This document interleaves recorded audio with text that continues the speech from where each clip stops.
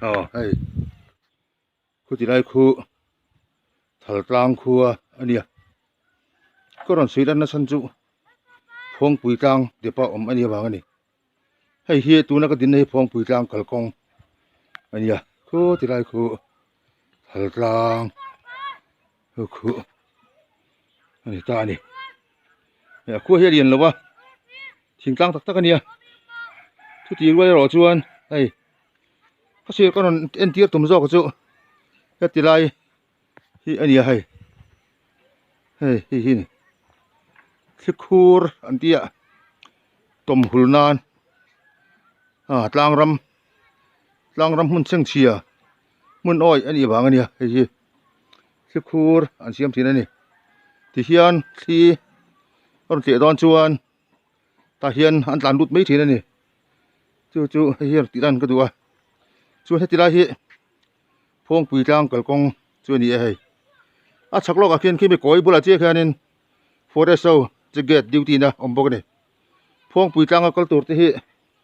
hiền anh lâu thì na thì hiền mi cái lâu chuộc anh mi nghe lịch thì anh lâu bùi thì này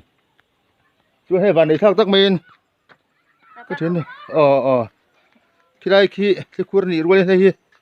tu nó cái tin này quay merun quay le run anh hay anh chỉ cua mình này opposite này cái khuôn cho hay chung cái anh đó này tu là hiền yang nghe đàn nó hay nên tiếng không xin đó này hey thì hiền chung chú hey lung băng mấy cái này thế này pu càng bên thì hiền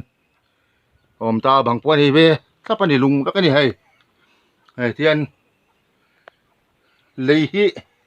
ăn kher puk ta thì hiền hay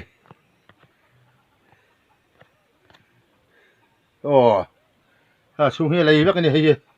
chuột phá anh hay ta hiền ăn tôm khom thế này hay thiên tôm nào mà lắc thiềm hết khop mày in lực anh thiềm rồi đâu nị pon nhưngถ้า thiềm tlang tayละthì khá con sẽ tiêu được bao cả cho thế con khả anh ta này anh khả đó nghe